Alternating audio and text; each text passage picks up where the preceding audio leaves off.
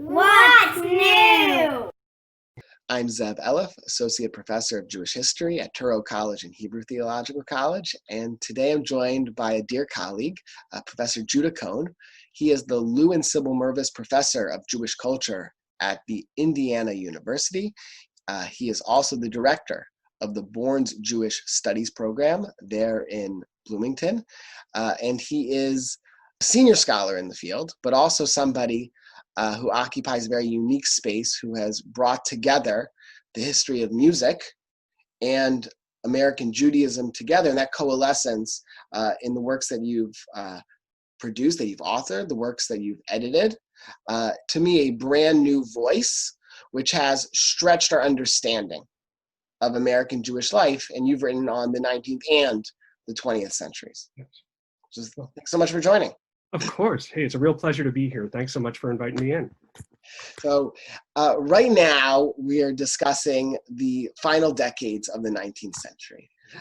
And some 20 years ago, Professor Jonathan Sarna claimed, I think rightfully so at this point, although I feel somewhat obligated to suggest as such, that this is a period of a great awakening in American Jewish life. And unlike the Protestant experience, in which this revival of religious life was placed on the shoulders of religious leaders, of ministers, what Professor Sarna argued was that this revival was engineered by lay people specifically. And he pointed to actually young lay people who led the cause. Mm-hmm. And your recent work has not challenged it, but has broadened our understanding of who are the historical actors that are complicating this revival of American religion and American culture. Mm-hmm. Yeah, this is, I see in some ways that there are really two models that we're working with. One of them is a model that's based on lay people, the sense that people who are educated, especially in my research in music, people who are able to work with congregations and be able to get congregations to sing, they're taking a very specific role, especially in smaller congregations, but also really throughout the country. These are folks that are creating new hymnals. They are working with this newer form, or a term that became known as congregational singing starting in the 1880s, the term Gemeindegesang, for example, in German. And they're there to try and create strong congregations. That's one model. There's a second model, however, that's there as well. And to recognize that the 1860s, 70s, and 80s on both sides of the Atlantic also faced what I would consider to be professionalization trends. That is that you started to see the establishment, especially in certain professions, doctors, lawyers, and even clergy, that there needs to be specific education, there need to be specific standards, there needs to be a specific understanding of a particular topic in order to lead to the improvement of the field in whatever field it happens to be. This is the time when you start to see the emergence of, for example, the American Medical Association.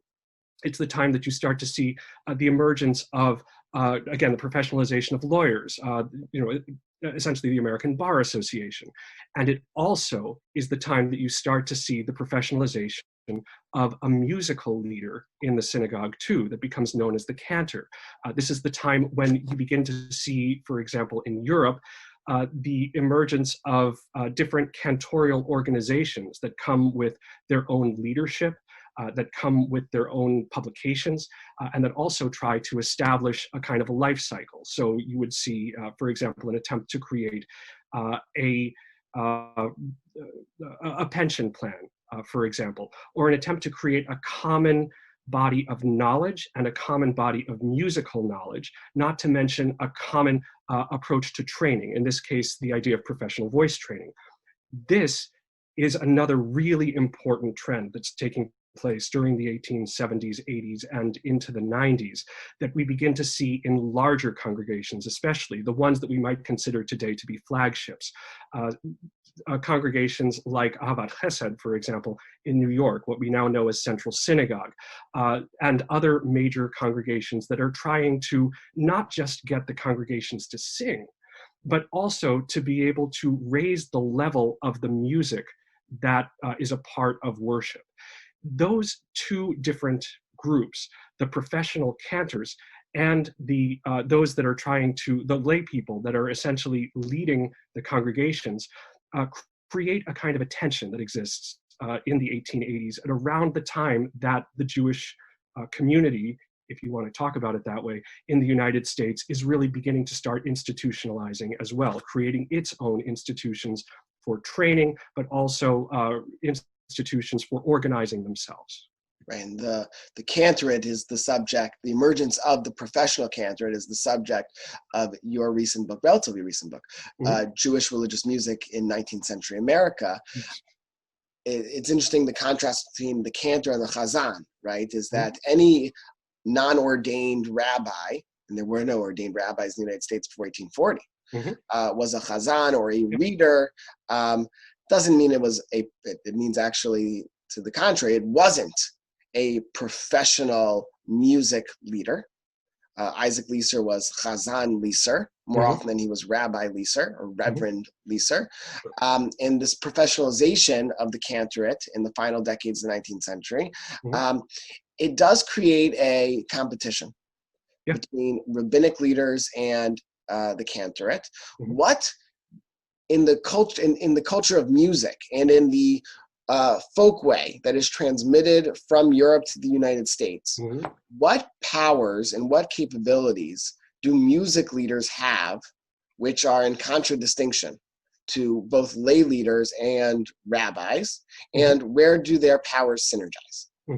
It's a really good question. So the first thing, just as an interesting clarification, even though Isaac Leeser described himself as a chazan, he also in numerous occasions described himself as being musically illiterate. That is, if there was a musical publication that came out, you could actually see in the Occident that he would say, I'm really not qualified to talk about this because I don't know how to read music. So in fact, there was a really broad set of responsibilities that a chazan would sometimes be able to take on. And then on top of that, you also have another class of people that are music educators. And those people see music as a part of a kind of a general middle-class education. That is something that everybody is supposed to be able to do, and therefore by serving as a leader in that sense, you're able to not just show that a congregation can sing together, but also that a congregation has made a certain level of social achievement. Now, in terms of this, this really interesting set of questions about how the cantor and the, what could be called the lay leader, and again, these are very flexible terms. So cantors would sometimes call themselves chazanim, depending upon how they might see themselves too. And to this day, when you hear the word chazan, that often is more associated with the historical concept of the cantor that has been linked onto the what we see today as the modern chazan. So a couple of key things. One of them is that the same era also comes with the same era, you also see the emergence of what we now describe as Jewish music. Jewish music up until that point certainly had been, the term had been bandied about a little bit, but there really wasn't much of a definition that was associated with that. With the emergence of the professional cantor, what you begin to see is also that the cantor has to have something that they've specialized in. So that would be a music that sounds Jewish, that one can link in some way to the Jewish past, and in this case, the Jewish oral past, A-U-R-A-L past, and one that could also link to traditions of rabbinical interpretation. That is to say that just as rabbis were seen as people who could interpret Jewish legal texts going back hundreds or thousands of years, so would the modern cantor be able to interpret sonic ideas going back hundreds, if not thousands of years. So part of it here was trying to create a parallel to the achievement that the rabbi would eventually, and to the authority, if you will, that the rabbi represented. That really is one of the major contributions of your work. Well, and to many people, they cared much more about the musical legacy than the legacy of rabbinic texts. So that it resonated far better with the people in the pews often, in favor of the cantorate. Right, and one of the tensions that was established, and that I saw as a kind of a philosophical tension that the cantors attempted to do, was they said, well, we serve as a complement to the social and intellectual leadership of the rabbi. In other words, now it's not one person leading the community who can be a musician, an intellect, and a social leader, and a cultural leader, but in fact, we have to split it into two parts. One of them is the musical side, and that would be us. And that's the one with feeling, that's the one where emotion begins to come in, and the other one is the intellectual side. And that begins to be, at least in this kind of dyad, where the rabbi begins to, takes that particular role.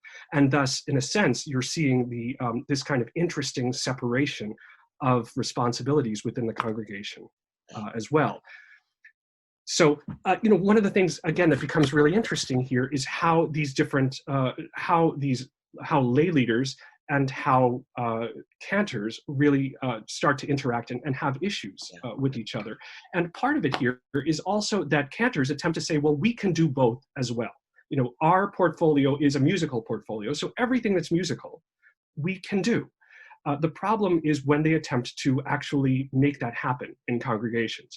So from one perspective, you have the lay leaders who say, we can get the congregation to sing, but they're not going to sing very well because they're all amateurs.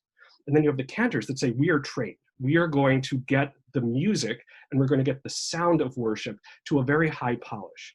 But the problem comes in when we realize that the congregation wants to sing as well. So how do we mediate between all of that?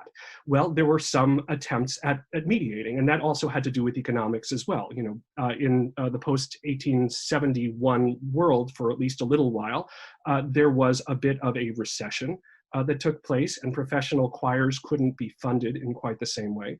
So there was a move in the 1870s and into the 1880s to establish volunteer choirs, or children's choirs, or congregational choirs.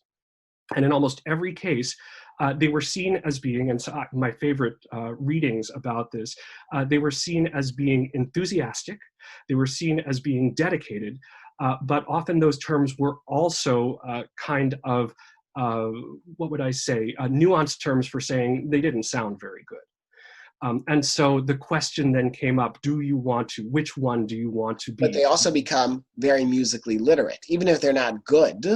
I'm thinking about the catechisms. Yep. That would be, they would memorize by rote certain planks of their religious faith. And obviously every congregation had their own planks of religious faith very often. And that would be the rabbi's role to achieve a certain level of literacy. But music has a way, even if you can hum it, even if you can familiarize yourself with it, even today, that level of being musically literate creates a level of competency to perform, or at least to feel comfortable in a synagogue or even a non-synagogal space. It does, but there is still this differentiation. And I mean, to recognize that even going back to the 1840s or earlier, musical literacy was considered almost expected if you were to make it into, or if you were to see yourself as part of the middle classes, and especially the Central European derived middle classes in the United States. And so the idea of being musically literate certainly just came along with the kind of middle classness that many new congregations and many new synagogues represented.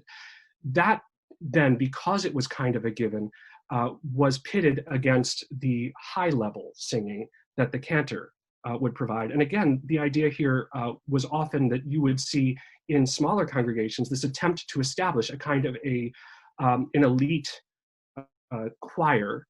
Typically, that elite choir, however, could not really be, an elite choir of congregants, because otherwise they couldn't afford these people. But typically, that elite choir would comprise, often 5 or 6 women and 1 or 2 men. And not always Jewish. Well, there was also this question as well, honestly, and that was another big issue that came about. Do you want to have a choir or a group of people that are going to lead the congregation, that are going to be from the congregation, and even if you pay them, which would sometimes be a pittance, they still wouldn't sound as good as if you brought in people from the outside who would be able to have a job on a Friday, Saturday in a synagogue, and then would be able to have a church gig on Sunday. And maybe sound a bit better. Yes, they would sound a lot better. And again, the question is, what's the trade-off there? Right. Do you have dedication from within the congregation and thus show, in a sense, or be able to model a certain kind of dedication as well within a synagogue, within synagogue life? Or do you see that the dedication could come through an aesthetic that would be considered to be desirable for anyone to go to experience? What about beyond?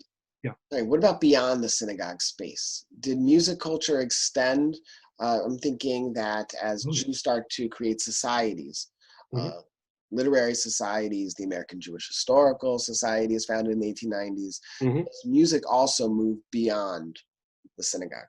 Music, and this is actually where some of my latest work is going, and it's really, really interesting to see what was going on outside of the synagogue is in some ways just as interesting as what was going on inside the synagogue. It's just a little harder to locate.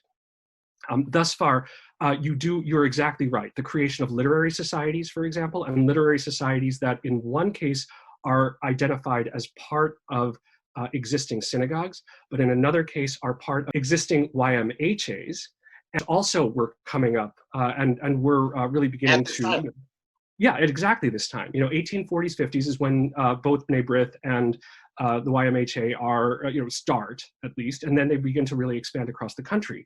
And these social organizations, these kind of non-religious / para-religious, however you want to address them, Jewish social organizations also become centers for enculturation, for coming into the middle class, and also for addressing areas that might not necessarily be seen as appropriate within the synagogue.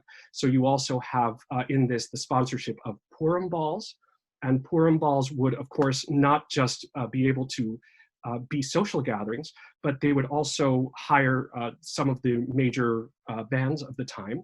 They would allow young people and older people to learn the latest steps for the latest dances and to become musically literate that way. And then on top of that, there also were a number of situations in which sheet music, just your kind of standard piano sheet music, would be issued as a kind of remembrance of a Purim ball or of another kind of gathering. There is, for example, a really interesting piece of music called Reminiscence de Purim, for example, which is a series of dances that you can play on the piano that would then create a consumer version of what existed in, let's say, a Purim ball. So there's that as well. And there are other areas that become interesting here too. The literary societies would always have this combination of recitation, of argument, of singing, and so on. And this would also be considered a kind of an ideal way to move into the adult world and the professional world, often also a way for men and women to get together and do something that these different organizations would at least sanction. Thanks for clicking and learning. And here are some links to related videos. And subscribe. Don't miss out to making meaning of the past in the present for the future.